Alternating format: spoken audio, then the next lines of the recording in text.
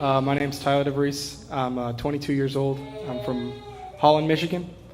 Um, I was born and raised in a nice Christian family. They brought me up they showed me the way that I was supposed to go.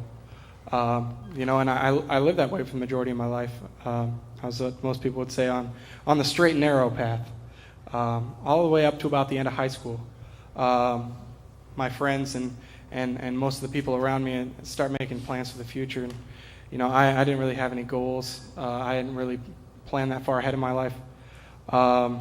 And so I started applying for colleges. And by the grace of God, I got accepted to one, which I felt was like a really big accomplishment. I felt like I had graduated high school.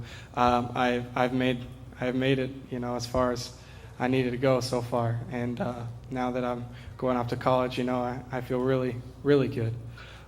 Looking back on the life that I had lived to this point, I felt like, there was one point in my life that I really didn't feel like I had reached the goal that I wanted, and that was my social life. I didn't feel like I had enough respect in the social scene.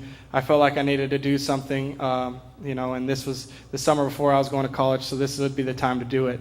So I started, drinking, smoking, and pretty much anything and everything that would get more people around me and what I felt like I should do in order to get that spotlight on me. Started going to parties, started just living an immoral lifestyle. And I felt like I could just drop it all eventually, and it's just a phase that I'm going to go through, and then eventually I'll go off to college and it'll be behind me. But that wasn't how it worked out at all. It really grabbed hold of me and it just dug in deep, and I couldn't shake it. It consumed my life. As I went off to college, I went to class and everything for the first semester or so, and it just started consuming me more and more. It became like part of me, even.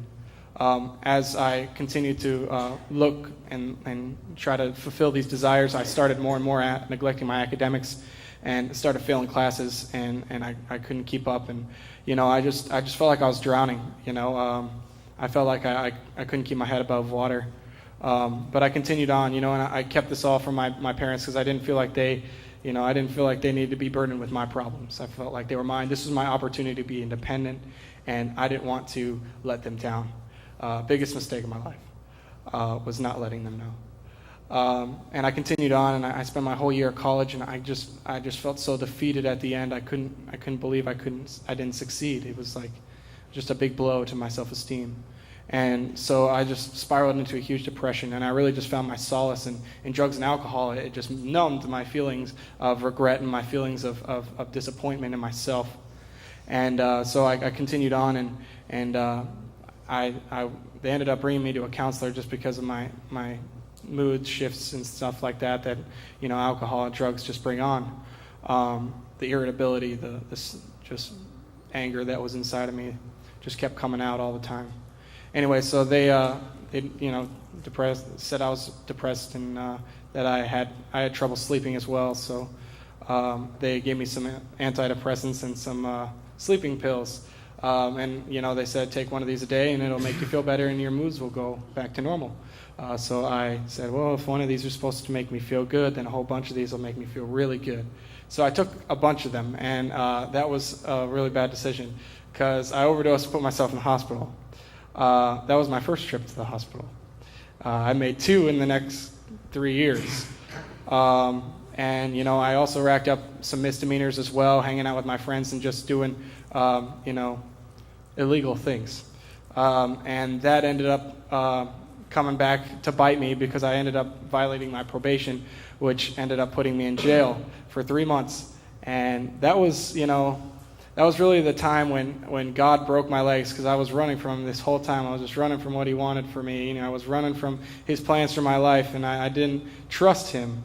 And I didn't really want to put my trust in him. But when I went to jail, he broke my legs, and he wouldn't let me run anymore. And, there's 2 things to do in jail, and one of them's read books, and the other one is eat. So I started reading a lot, and it was the first time I actually I actually read my Bible. First time in like 3 years that I read my Bible. And it was astounding because I saw myself in it. It was like a mirror, as James says. And it showed me in my true light. And, I was so revealed, and so I saw myself in those pages. And I knew that this is a change that I need to make. This was the thing I needed to do. And I didn't know how to do it, though. And so I went back to my lifestyle. I lived that way for another month or two. But it was amazing because God interceded in my life right at that time, and he showed me Teen Challenge. My parents said, Tyler, you need to go to Teen Challenge. You can't come back here and just start doing the same things you were doing. You got to make a change. And it was amazing because they showed me the tools that I needed to make that change. They showed me the tools that I needed in order to become that new person. They showed me the strength and the power of prayer, the power of reading your Bible, the power of studying it too, and just applying it to your life in every way. And I'm just so thankful that, they showed me these things because, it's going to change me for the better. It's going to make me a better person, and it's going to make me successful as an individual. And I'm just so thankful for Teen Challenge and everything that they've done for me. Thank you for hearing my testimony. Thank you, Tyler.